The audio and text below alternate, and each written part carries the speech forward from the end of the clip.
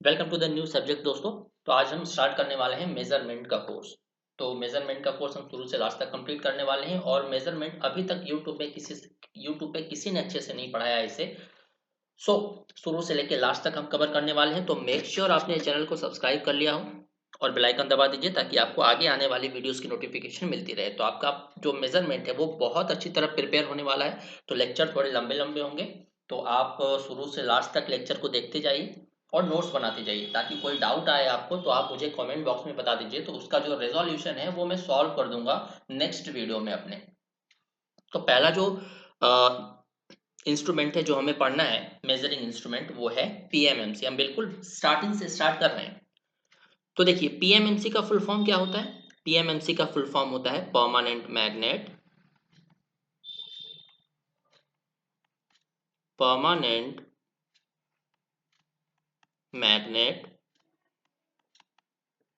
Moving coil. तो अब एक चीज मुझे बताइए, ये इसका जो फुल फॉर्म है परमानेंट मैग्नेट मूविंग क्वाइल, इसको देख के आपको क्या समझ आ रहा है।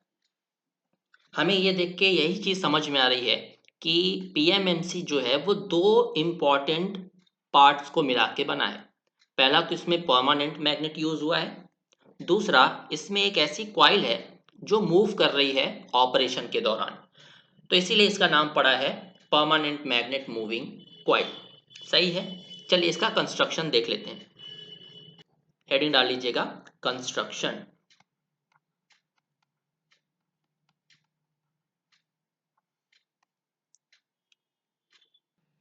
तो पहला जो इंपॉर्टेंट पॉइंट है कंस्ट्रक्शन में वो लिखिएगा कि two most important parts of PMMC are permanent magnet and moving coil. अब परमानेंट मैग्नेट का शेप कैसा होता है जो हम पीएमएमसी में यूज करते हैं, इस पे कई बार क्वेश्चन पूछ लिया जाता है। तो परमानेंट मैग्नेट का जो शेप है वो होता है you. Permanent magnet is U shaped और इसके जो पोल फेसेस होते हैं वो कर्व्ड होते हैं। And pole faces are curved. जो पोल फेसेस होते हैं वो कैसे होते हैं, कर्व्ड। तो इसका जो कंस्ट्रक्शन है वो कैसा दिखता है मैं आपको बना के दिखा देता हूं। ये पोल हो गया, पोल का फेस आप देख सकते हो कर्व है। बीच में हम रखते हैं सिलेंड्रिकल कोर। ये सिलेंड्रिकल कोर है और यहाँ पे है हमारा दूसरा पोल, क्योंकि मैग्नेट दो होनी चाहिए ना, नॉर्थ और साउथ। तो ये अगर नॉर्थ पोल है तो ये हो जाएगा साउथ पोल। ये है नॉर्थ और साउथ पोल के बीच में हमेशा एक सिलेंड्रिकल कोर रखा जाता है।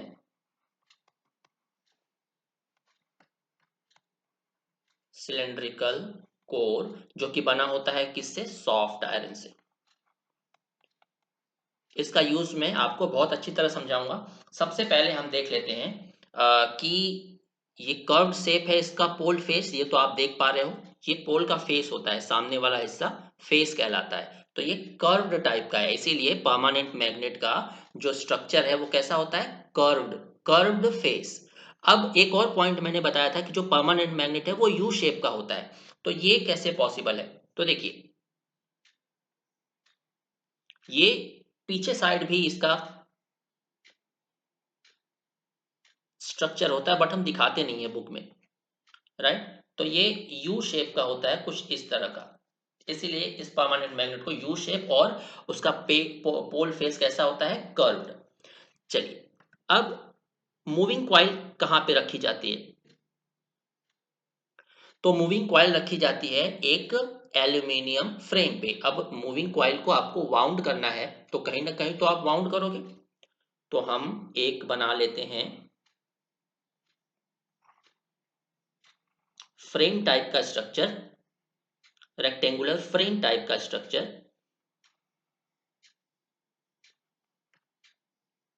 जिसपे हम वाउंड करेंगे क्या,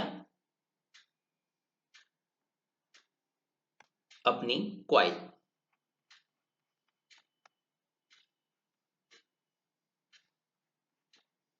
करेक्ट।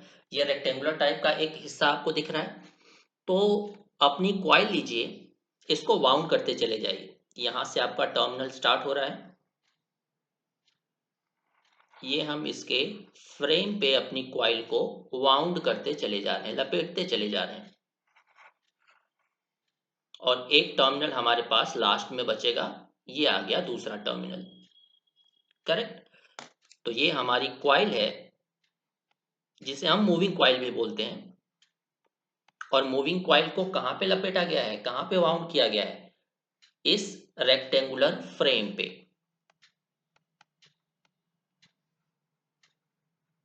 रेक्टेंगुलर फ्रेम पे। और रेक्टेंगुलर फ्रेम किस चीज का बना होता है, ये एल्यूमिनियम का बना होता है, राइट। अब बात करते हैं कि इस एल्यूमिनियम फ्रेम को, जिस पे हमने अपनी कॉइल को लपेटा हुआ है, उसको रखेंगे कहाँ? तो उसको रखा जाता है इस सिलेंड्रिकल कोर पे, जो कि नॉर्थ और साउथ पोल के बीच में रखा है। तो सिलेंड्रिकल कोर मैं एक साथ आपको बना दूंगा, पहले थोड़ा थोड़ा करके समझते जाते हैं। तो कैसे हम रखते हैं अपने, ये मान लेते हैं हमारा सिलेंड्रिकल कोर है, इस पे हमें रखना है अपने रेक्टेंगुलर फ्रेम को। तो कुछ इस तरह से हम रखते हैं,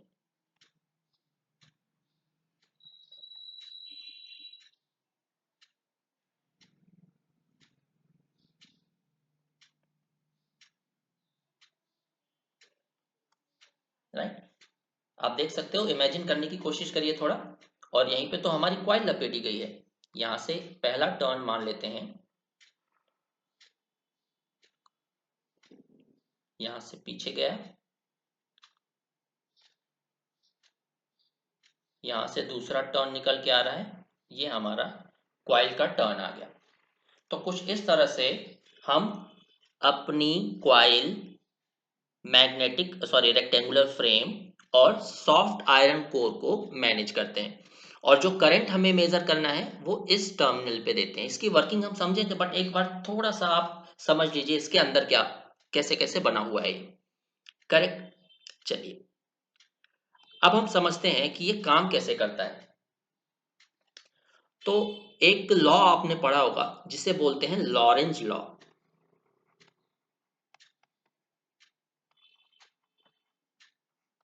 लॉरेंज लॉ।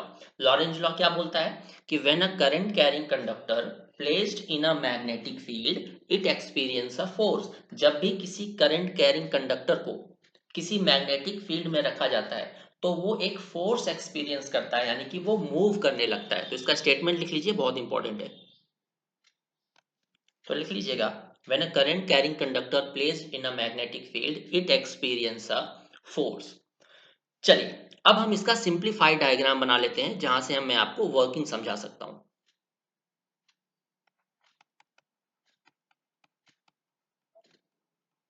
सिंप्लीफाइड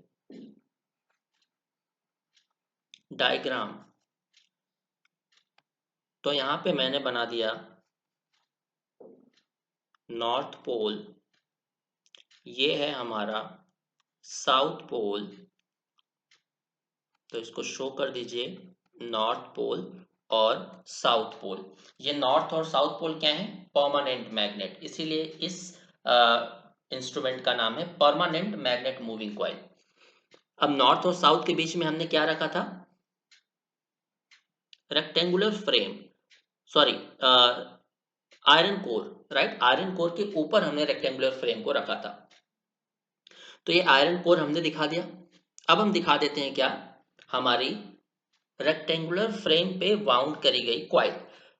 तो रेक्टेंगुलर फ्रेम पे हमारी क्वाइल वाउंड करी गई है, तो हम अपनी क्वाइल को कुछ इस तरह से दिखा सकते हैं।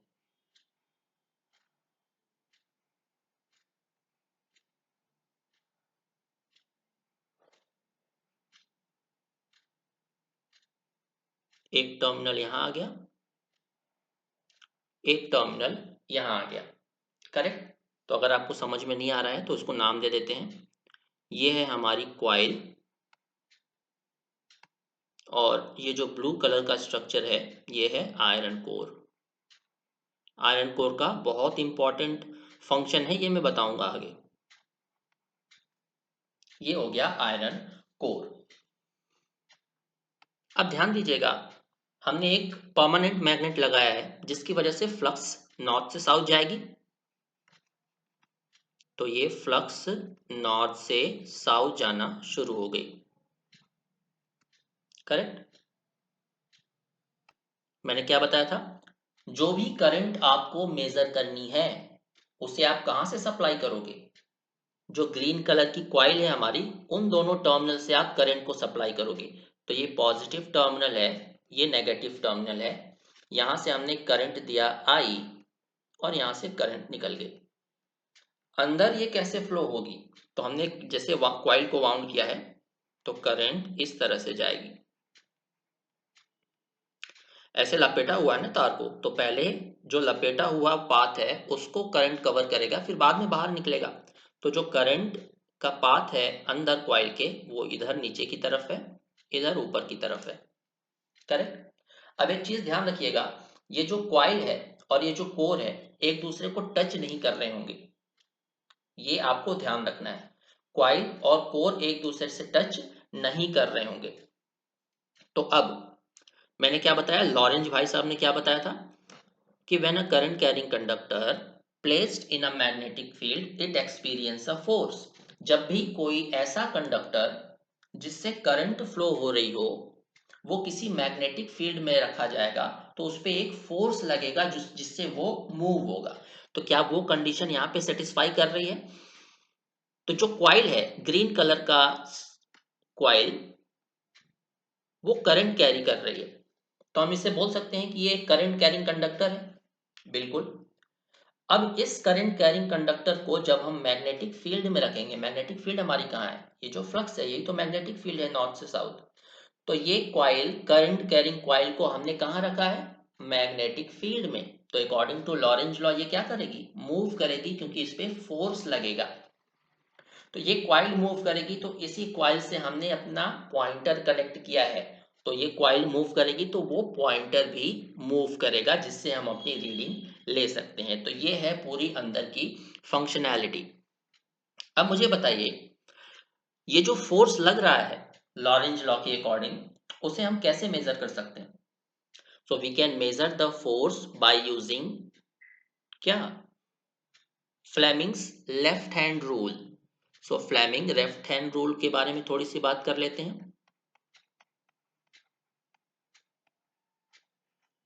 Fleming left hand rule.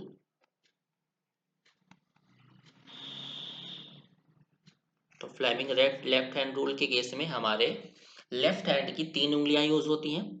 पहली है सेंटर फिंगर,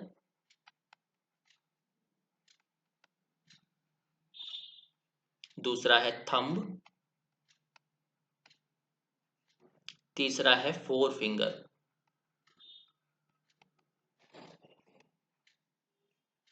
तो सेंटर फिंगर क्या रिप्रेजेंट करती है, सेंटर फिंगर रिप्रेजेंट करती है direction of current.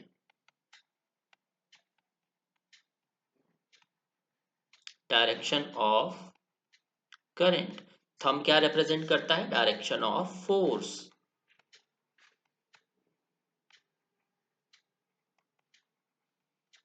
Four finger क्या रिप्रेजेंट करती है, डायरेक्शन ऑफ फ्लक्स।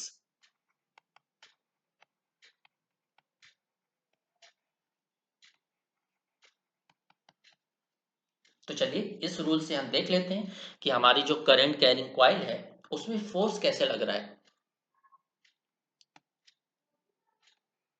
ये एक हमारी कॉइल है, मैं सिंप्लीफाइड डायग्राम मैंने बना दिया। ये दो टर्न है, जो फ्लक्स है वो जा रही है नॉर्थ से साउथ, करंट आ रही है नीचे की तरफ आई। तो यहाँ पे 2-3 टर्न होंगे, तो पहले यहाँ जाएगी, फिर एक टर्न ऊपर की तरफ भी हमने इस तरह से लपेटा हुआ है उसको, आप बोल सकते हो एंटी क्लॉकवाइज, और फाइनली ये निकल जाएगी बाहर। तो यहाँ पे हमें दो कंडक्टर दिख रहे हैं, एक इस साइड वाला कंडक्टर, एक इस साइड वाला कंडक्टर। करेक्ट। तो इसे हम बोल देते हैं साइड ए, इसे हम बोल देते हैं साइड बी। तो साइड ए में आप लगाइए फ्लेमिंग लेफ्ट हैंड रूल। तो सेंटर फिंगर यानी कि डायरेक्शन ऑफ करंट नीचे की तरफ, four finger direction of flux left to right. तो जो फोर्स है वो कैसे लग रहा है, ऊपर की तरफ। अपनी कॉपी में देखिए, जो थंब का डायरेक्शन है वो ऊपर की तरफ है, मतलब डायरेक्शन ऑफ फोर्स कैसा लग रहा है, अपवर्ड। बी साइड देखते हैं, इसका मतलब क्या है, जो पोर्शन ए है वो ऊपर की तरफ उठेगा। पोर्शन बी देखते हैं, पोर्शन बी में जो करंट है वो ऊपर की तरफ है, तो जो करंट की डायरेक्शन है उसे हमने ले लिया ऊपर की तरफ। और जो फ्लक्स की डायरेक्शन है यानी कि जो फोर फिंगर की डायरेक्शन उसको लेफ्ट टू राइट, तो आपका थंब किस तरफ इशारा कर रहा है, नीचे की तरफ, डाउनवर्ड्स। तो ये कॉइल किस तरह से मूव करने लग जाएगी, कुछ इस तरह से रोटेट करने लग जाएगी। और इससे हमने क्या कनेक्ट किया है, अपना पॉइंटर। तो पॉइंटर से हम क्या ले लेंगे, रीडिंग, क्योंकि पॉइंटर भी मूव करेगा। अब मुझे बताइए, हमें पॉइंटर को किसी एक पोजीशन पे रोकना है। जैसे ये हमारा पॉइंटर है, यह है 0 एम्पियर की रीडिंग, 3 एम्पियर, 5 एम्पियर, 7 एम्पियर और ये मान लीजिए 10 एम्पियर। हमने यहाँ पे 5 एम्पियर का करंट अप्लाई किया हुआ है। तो हम क्या चाहते हैं कि ये जो पॉइंटर है ये 5 एम्पियर पे आके रुक जाए। बट अभी तक की हमारी एक्सप्लेनेशन क्या बता रही है कि जो कॉइल है वो मूव करती रहेगी। तो अगर हमने कोई रोकने का इंस्ट्रूमेंट नहीं लगाया, कोई इसे रोकने के लिए कोई चीज नहीं लगाई, तो ये पॉइंटर क्या होगा, 10 तक पहुंच जाएगा। बट हमने करंट कितना दिया है, 5 एम्पियर। तो हम क्या चाहते हैं कि जितनी हमने करंट दिया है पॉइंटर उस जगह आके रुक जाए ताकि हम अपनी रीडिंग ले पाए। तो पॉइंटर को रोकने के लिए, मतलब अपने रीडिंग पे रोकने के लिए हम क्या लगाएंगे, एक कंट्रोलिंग टॉर्क। तो देखिए एक चीज मैं आपको और समझा देता हूं। पॉइंटर पहले यहां पे था, पॉइंटर स्टार्टिंग में 0 पोजीशन पे था। तो जब ये कॉइल मूव करना स्टार्ट हुई तो हमने कॉइल के साथ क्या लगाया है, ये पॉइंटर। तो पॉइंटर पे क्या लगेगा, डिफ्लेक्टिंग टॉर्क, टीडी। तो मान लीजिए अब हमारा पॉइंटर यहां पे पहुंच चुका है और डिफ्लेक्टिंग टॉर्क अभी भी लग रहा है। तो हमें क्या करना पड़ेगा, इधर से एक टॉर्क लगाना पड़ेगा और इधर से जो टॉर्क हम लगाते हैं अपने पॉइंटर को रोकने के लिए उसे बोला जाता है कंट्रोलिंग टॉर्क। और ये पॉइंटर कब रुक जाएगा, जब ये डिफ्लेक्शन टॉर्क इस कंट्रोलिंग टॉर्क के बराबर हो जाए। जब डिफ्लेक्टिंग टॉर्क कंट्रोलिंग टॉर्क के बराबर हो जाए तभी तो ये पॉइंटर रुक जाएगा, राइट, हम अपनी रीडिंग ले सकते हैं। तो इसी कंट्रोलिंग टॉर्क को अप्लाई करने के लिए हम क्या यूज करते हैं, spring. So to provide controlling torque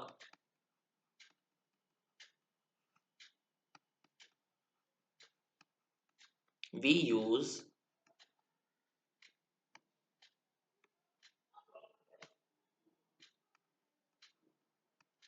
spring. अब स्प्रिंग कैसे काम करती है, स्प्रिंग काम करेगी हुक्स लॉ पे। हुक्स लॉ के अकॉर्डिंग क्या, हुक्स ने क्या बोला था कि कोई भी अगर स्प्रिंग है तो the spring will provide a opposite torque directly proportional to twist. जैसे एक सिंपल सा डायग्राम मैं आपको बता देता हूं। अगर हम टॉप व्यू देखें तो ये हमारा कोर है और ये हमारी क्या है, रेक्टेंगुलर कोर जिसपे हमने क्वाइल को वाउंड किया है। तो जब ये क्वाइल मूव करके यहां पे पहुंचेगी, ये क्वाइल तो मूव कर रही है, जब ये क्वाइल यहां पे पहुंची तो हमने एक स्प्रिंग लगाया हुआ है। तो वो स्प्रिंग कितना ट्विस्ट हो जाएगी, थीटा डिग्री से, राइट। तो हुक्स ने क्या बोला था कि जितना ट्विस्ट हो रहा है उतना ही कंट्रोलिंग टॉर्क प्रोवाइड करेगा या ऑपोजिट टॉर्क प्रोवाइड करेगा। तो यहां से देखिए, हमारा पहले पॉइंटर यहां पे था, फिर हमारा पॉइंटर अपने फाइनल पोजीशन 5 पे पहुंचा, मतलब कितना ट्विस्ट हुआ स्प्रिंग, थीटा डिग्री। तो ये इस थीटा डिग्री के प्रपोर्शन में यहां से क्या लगाएगा, कंट्रोलिंग टॉर्क, राइट। तो हम क्या बोल सकते हैं, controlling torque TC is directly proportional to theta, right. इस थीटा को आप डिफ्लेक्शन एंगल ऑफ पॉइंटर भी बोल सकते हो। तो यहां से लिखिएगा, the controlling torque is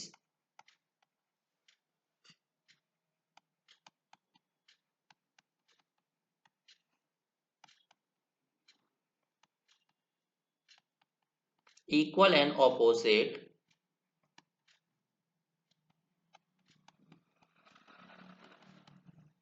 to deflecting torque।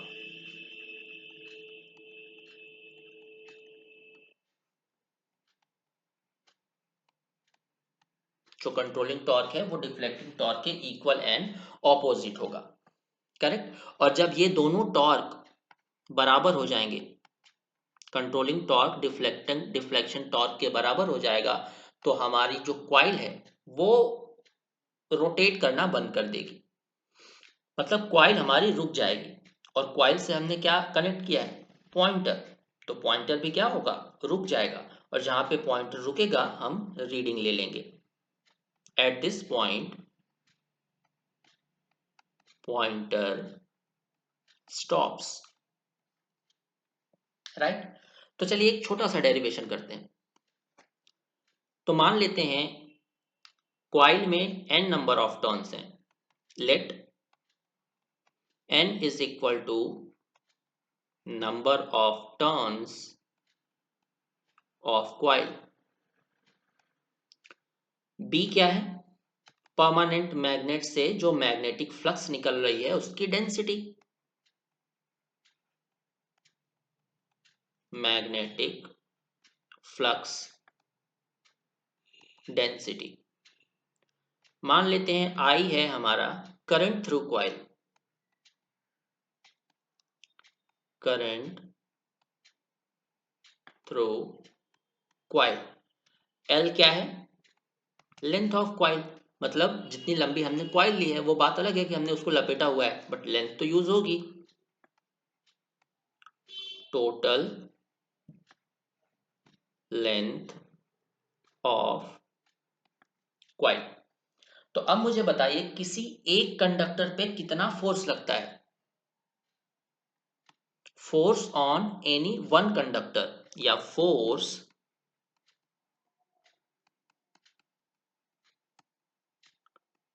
experienced by any one conductor, इसको मान लेते हैं F। तो ये आपने पढ़ा है F is equal to BIL, ये 12th क्लास से आप पढ़ते आ रहे हो कि किसी एक कंडक्टर पे जो फोर्स लगता है उसकी वैल्यू कितनी होती है, F is equal to BIL।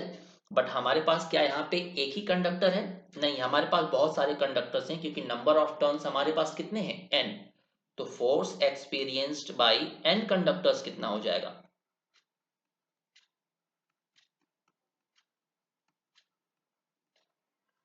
Force experienced by n conductors, मान लेते हैं कितना हो जाएगा, F is equal to NBIL। इसको ले लीजिए इक्वेशन नंबर सेकंड, इसको F डैश मान लीजिए, दोनों फोर्स अलग अलग हो जाएंगे। तो अब एक चीज मुझे बताइए, टॉर्क की वैल्यू क्या होगी, टॉर्क क्या होता है, force into perpendicular distance. Torque is equal to force into perpendicular distance. Perpendicular distance क्या ले लोगे आप, विड्थ ऑफ केस, जो रेक्टेंगुलर फ्रेम है उसकी विड्थ, केस ऑफ या केस विड्थ, इसको काट के ऊपर लिख लीजिएगा, केस की विड्थ। तो मान लेते हैं जो केस की विड्थ है वो कितनी है, केस हमारा कहाँ गया, ये रहा। तो केस की जो विड्थ है वो हम मान लेते हैं कितनी है, डी।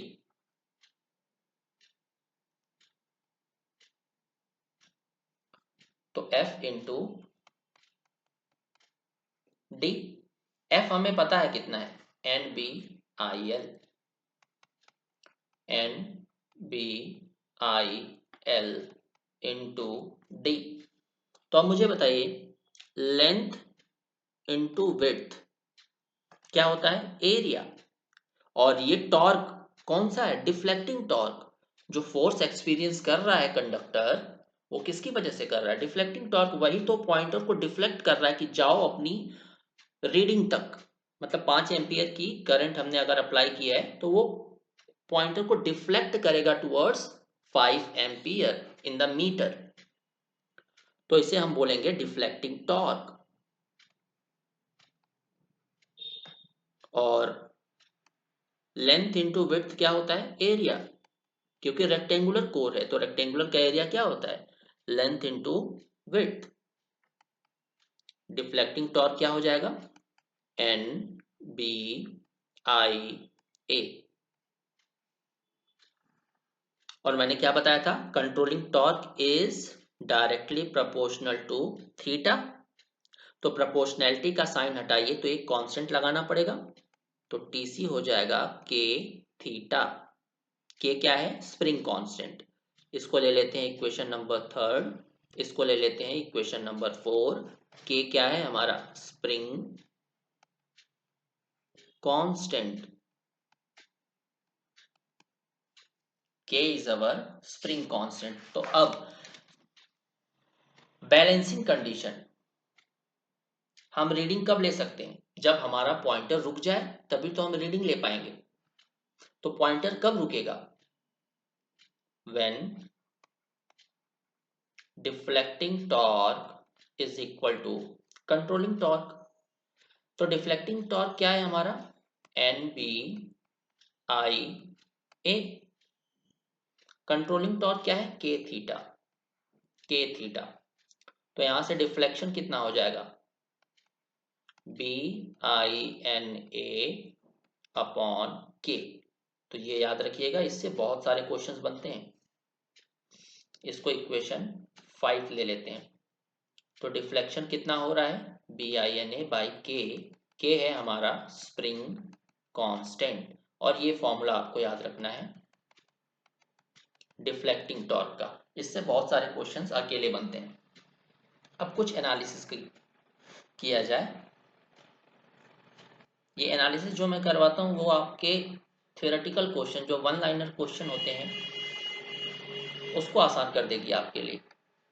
तो देखिए डिफ्लेक्टिंग टॉर्क हमारे पास क्या था, बी आई एन ए। अब मुझे बताइए क्या मैग्नेटिक फ्लक्स कांस्टेंट रहेगा, बी कांस्टेंट रहेगा। हाँ बिल्कुल कांस्टेंट रहेगा, क्योंकि हमने यहाँ पे क्या यूज किया है, परमानेंट मैग्नेट। और परमानेंट मैग्नेट की मैग्नेटिक फील्ड कांस्टेंट रहती है।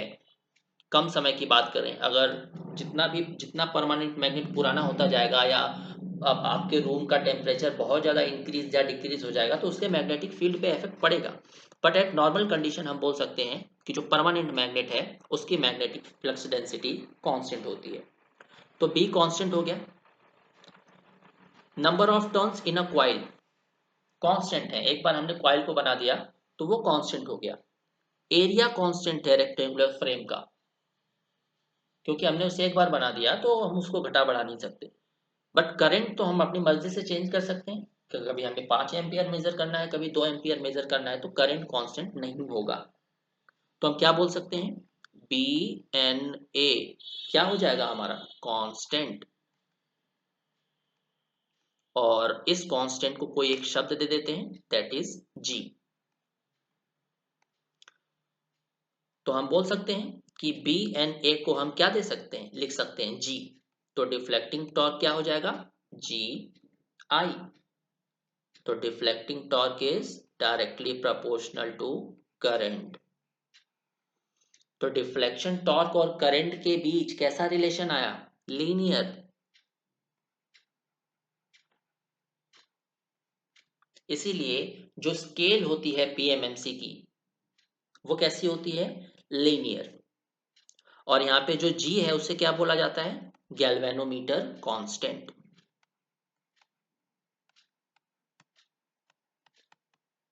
Galvanometer constant.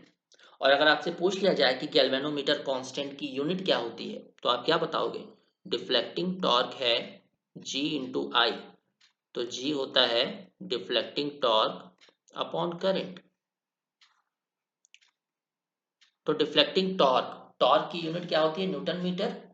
करंट की यूनिट क्या होती है? एम्पियर। तो न्यूटन मीटर पर एम्पियर, ये होता है गैल्वेनोमीटर कांस्टेंट की यूनिट। तो ये सारी चीजें पॉइंट बना के आप लिखते जाइएगा। अब हम देखते हैं थीटा का एनालिसिस। चलिए, थीटा इज इक्वल टू हमने क्या देखा है? बीना upon K, B I N A upon K. तो अब मुझे बताइए, बी कांस्टेंट है, एन कांस्टेंट है, ए कांस्टेंट है और के कांस्टेंट है। तो theta is equal to B N A upon K को हम मान लेते हैं कोई भी कांस्टेंट एस। तो theta is equal to S I. S हमारा कांस्टेंट है तो theta is directly proportional to I. तो डिफ्लेक्शन और करंट के बीच में भी कैसा रिलेशन हुआ? लीनियर। डिफ्लेक्टिंग टॉर्क और करंट के बीच में भी लीनियर रिलेशनशिप, डिफ्लेक्शन और करंट के बीच में भी लीनियर रिलेशनशिप। यहाँ पे एस क्या कहलाता है? Displacement constant.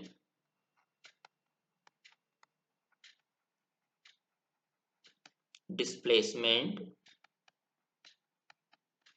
Constant, correct. अब मुझे बताइए, बी एन ए की वैल्यू हमने क्या लिखा था? B N A is equal to galvanometer constant G. तो बी एन ए की जगह हम जी लिख सकते हैं। तो गैल्वेनोमीटर कांस्टेंट को अगर स्प्रिंग कांस्टेंट से डिवाइड कर दें तो हमें क्या मिल जाएगा? Displacement constant S. तो ये भी आपको याद रखना है। अब एस क्या है? Displacement constant. तो यहां से एस की वैल्यू हम निकाल लेते हैं। एस क्या हो जाएगा? Theta upon I. और इसी को बोला जाता है सेंसिटिविटी।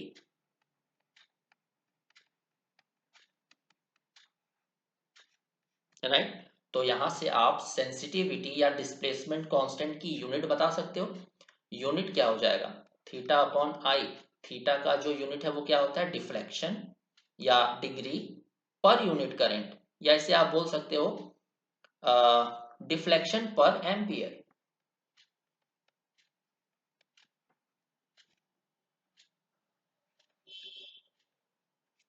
ये होता है सेंसिटिविटी या डिस्प्लेसमेंट कांस्टेंट की यूनिट। अब बात कर लेते हैं कि हमने आयरन कोर, सॉफ्ट आयरन का कोर क्यों लगाया था।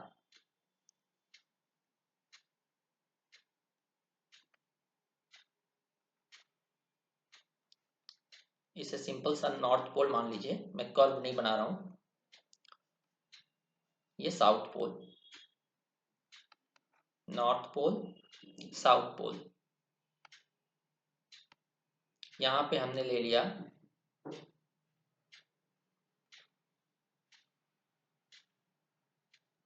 Cylindrical core. और ये सिलेंड्रिकल कोर किसका बना हुआ है? सॉफ्ट आयरन का। तो अब देखिए, मैं हम जानते हैं कि जो सॉफ्ट आयरन है उसका रिलक्टेंस बहुत ज्यादा होता है और फ्लक्स हमेशा लो रिलक्टेंस पाथ को फॉलो करती है। जैसे करंट के केस में इलेक्ट्रिकल सर्किट में क्या होता है कि जो करंट है हमेशा लो रेजिस्टेंस पाथ को फॉलो करती है, तो सेम उसी तरह से जो फ्लक्स है वो लो रिलक्टेंस पाथ को फॉलो करती है। तो नॉर्थ पोल से जो फ्लक्स निकलेगी वो कहाँ पे जाएगी? बेंड हो जाएगी साउथ, मतलब कोर की तरफ, फिर वापस जाएगी साउथ पोल में। सिमिलरली नॉर्थ से साउथ,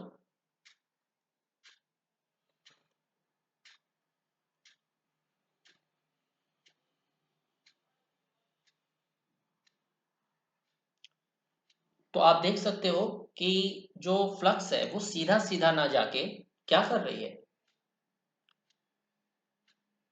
आयरन कोर से होके जा रही है, क्योंकि आयरन कोर का रिलक्टेंस बहुत ज़्यादा है और आयरन कोर के पास ही हमने क्या बाउंड किया है, अपनी रेक्टेंगुलर क्वाइल। याद करिए, तो ज़्यादा से ज़्यादा फ्लक्स जो है वो रेक्टेंगुलर क्वाइल को कट करते हुए जाएगी, यानी कि फ्लक्स डेंसिटी क्या हो गई, इंक्रीज हो गई।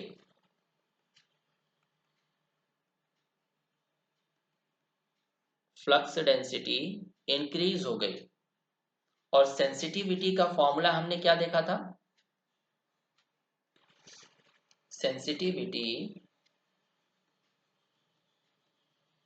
या जो एस कांस्टेंट था वो क्या था, जी अपॉन के बराबर। और जी क्या था, B A N upon K. तो अब मुझे बताइए, ये iron core, soft iron core use करने की वजह से जो फ्लक्स डेंसिटी है वो इंक्रीज हो गई। तो ये बी की वैल्यू अगर इंक्रीज हो गई तो सेंसिटिविटी भी क्या हो जाएगी, इंक्रीज हो जाएगी। तो पीएमएमसी इंस्ट्रूमेंट की सेंसिटिविटी इंक्रीज करने का काम कौन करता है, सॉफ्ट आयरन कोर।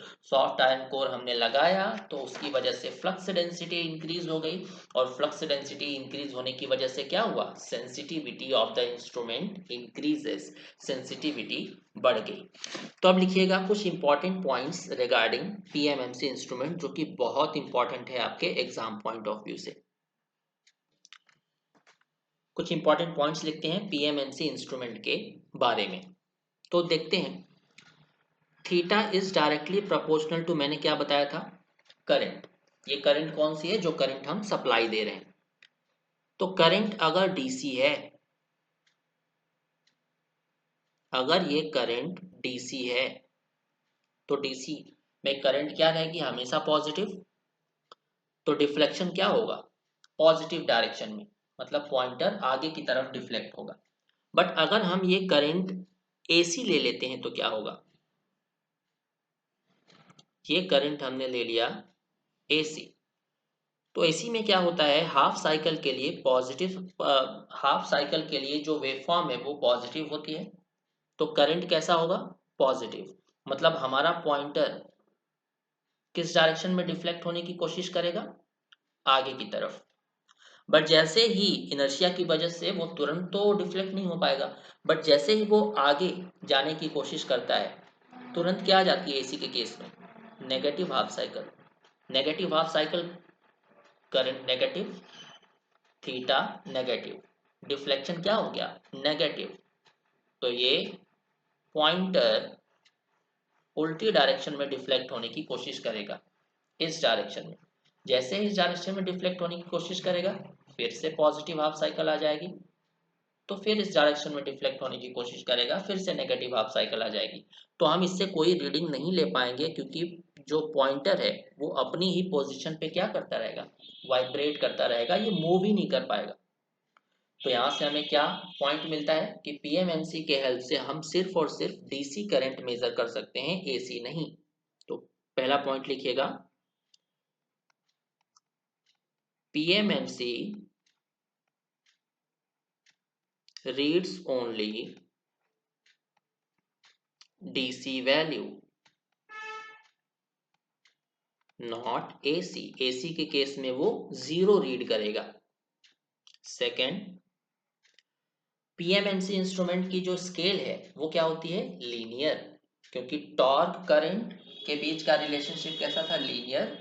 थीटा और करंट के बीच का रिलेशनशिप कैसा है, linear.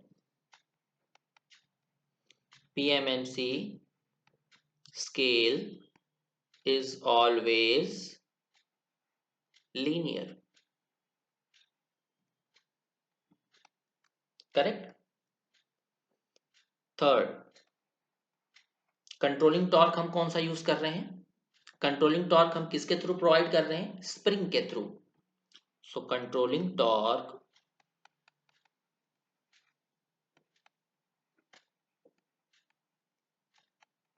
is provided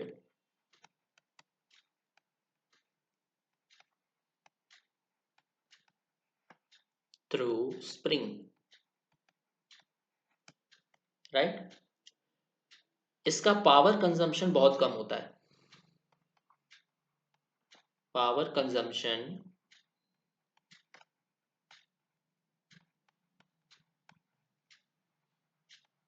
in PMMC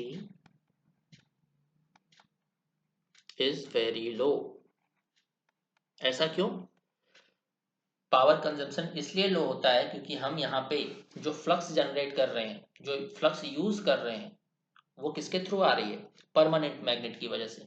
और परमानेंट मैग्नेट में फ्लक्स जनरेट करने के लिए हमें कोई भी सप्लाई देने की जरूरत नहीं पड़ती, इसीलिए ये लो पावर कंजम्पशन डिवाइस है। अब पांचवा point, error due to stray magnetic fields are less. Error due to stray magnetic field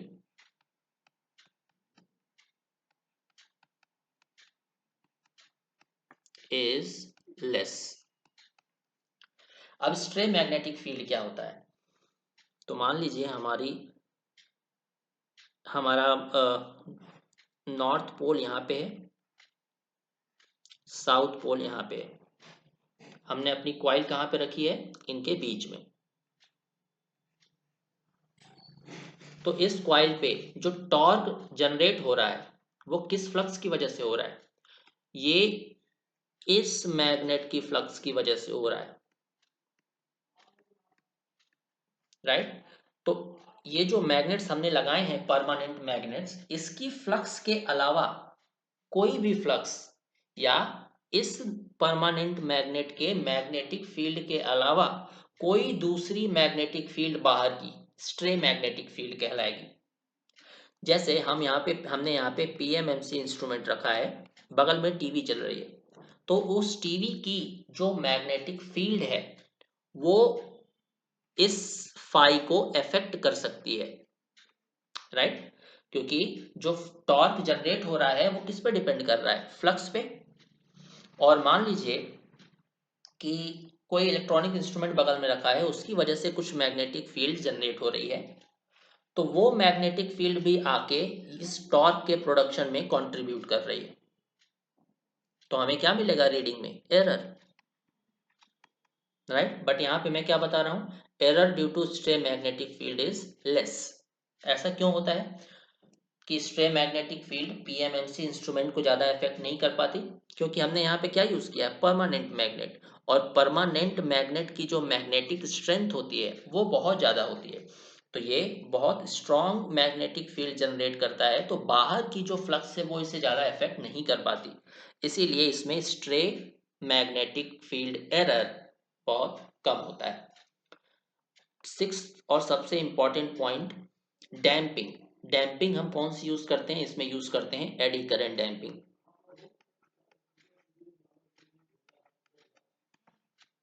eddy current damping is used. अब डैम्पिंग की क्या जरूरत पड़ गई? चलिए देखते हैं डैम्पिंग की जरूरत क्या पड़ी। ये हमारा स्केल है, 0 एम्पियर, 3 एम्पियर, 5 एम्पियर, 7 एम्पियर, यहाँ पे मान लेते हैं 10 एम्पियर। स्टार्टिंग में हमारा जो पॉइंटर है वो 0 पोजीशन पे रहा होगा, फिर हमने करंट सप्लाई किया, तो यहाँ पे क्या लगा? डिफ्लेक्टिंग टॉर्क इस डायरेक्शन में। तो ये ये पॉइंटर मूव होके अब कहाँ पे आ गया? 5 एम्पियर पे, क्योंकि हमने 5 एम्पियर की करंट प्रोवाइड करी थी। ये यहाँ पे आ गया, बट अभी भी डिफ्लेक्टिंग टॉर्क यहाँ पे लग रहा है। तो इसको रोकने के लिए हमने क्या लगाया था? एक स्प्रिंग, जिसकी वजह से क्या लगेगा? Controlling torque TC। और साथ साथ हमने क्या पढ़ा था कि ये पॉइंटर रुक जाएगा जब कंट्रोलिंग टॉर्क डिफ्लेक्टिंग टॉर्क के क्या आ जाएगा? बराबर। बट क्या ये अचानक से पॉसिबल हो जाता है कि जैसे यहाँ पे डिफ्लेक्टिंग टॉर्क लगे, सेम उसी अमाउंट का कंट्रोलिंग टॉर्क इस डायरेक्शन में लग जाए? नहीं, ये थोड़ा बहुत वेरी कर जाते हैं, मतलब कभी थोड़ा सा डिफ्लेक्टिंग टॉर्क ज़्यादा हो जाता है तो कभी थोड़ा सा कंट्रोलिंग टॉर्क ज़्यादा हो जाता है। तो पॉइंटर अपनी पोजीशन से थोड़ा सा वाइब्रेट करने लगता है। इतने रेंज में ये इसका जो पॉइंटर है वो हिलने लगता है, वाइब्रेट करने लगता है। तो इसको स्थिर करने के लिए या इसको स्टेबल करने के लिए हम क्या यूज करते हैं? डैम्पिंग टॉर्क, जिसे हम बोलते हैं डैम्पिंग टॉर्क। तो इस केस में, पीएमएमसी के केस में मैंने बताया था कि मैंने क्या यूज किया है? एल्यूमिनियम फ्रेम, जिसपे हमने अपनी क्वाइल यूज करी थी, क्वाइल बाउंड करी थी। ये क्या है? Aluminium frame.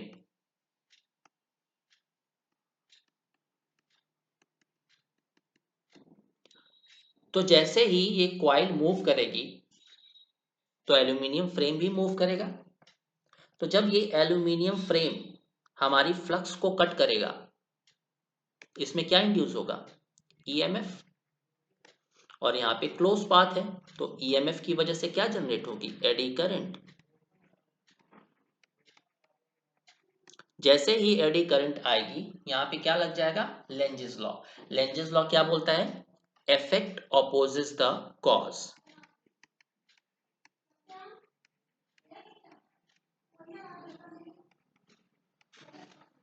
Effect opposes the cause. यहाँ पे इफेक्ट क्या है और यहाँ पे कॉज क्या है? इफेक्ट है eddy current in aluminium frame. Cause क्या है? Motion of aluminium frame.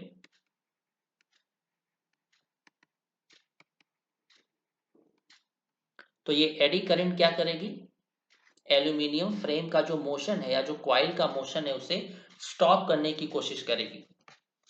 तो इसकी वजह से जो एल्यूमिनियम फ्रेम है जिसपे हमने क्वाइल को वाउंड करी है वो बिल्कुल स्टॉप हो जाता है, स्टेडी पोजीशन पे आ जाता है। और पॉइंटर हमारा जिसकी वजह से स्टेडी पोजीशन पे आ जाता है, क्योंकि पॉइंटर को हमने किससे कनेक्ट किया हुआ है? मूविंग क्वाइल से। और मूविंग क्वाइल किस पे कनेक्ट है, किस पे वाउंडेड है? एल्यूमिनियम फ्रेम पे। तो इसे बोला जाता है eddy current damping.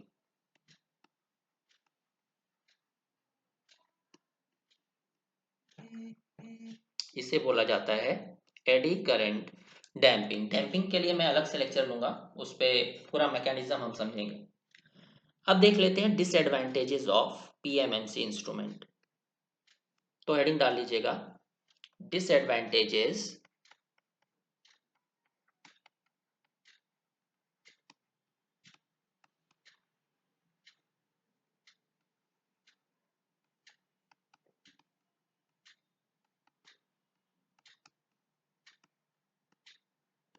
Of PMMC instrument. तो सबसे बड़ा डिसएडवांटेज क्या है? कि हम इससे क्या मेजर नहीं कर सकते? एसी। वी कांट मेजर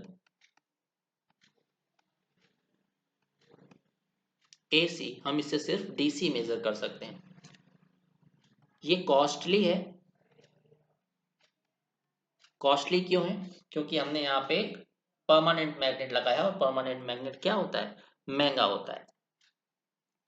तीसरा, टेम्परेचर, सराउंडिंग टेम्परेचर रीडिंग को अफेक्ट कर सकता है। Reading might get affected by surrounding temperature।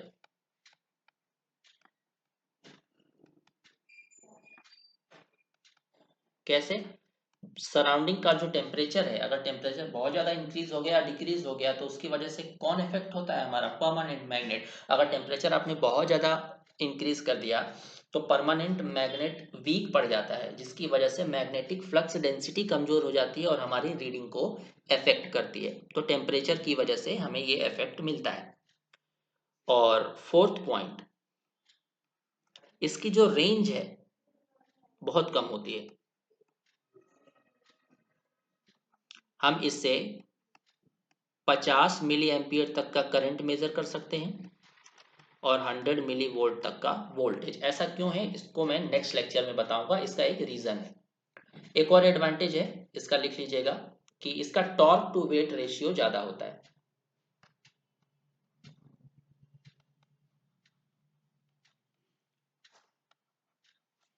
Torque to weight ratio is high. Torque to weight ratio high है, इसका मतलब वेट क्या है, कम, और मूविंग पॉइंटर या मूविंग मैकेनिज्म का वेट कम है, तो फ्रिक्शन लॉस क्या होगा, कम होगा। तो ये इसका एडवांटेज है। तो यहाँ पे लिख लीजिएगा friction loss is inversely proportional to torque upon weight ratio. तो बाकी का चलिए करते हैं नेक्स्ट लेक्चर में। So thank you very much, subscribe करना मत भूलिएगा।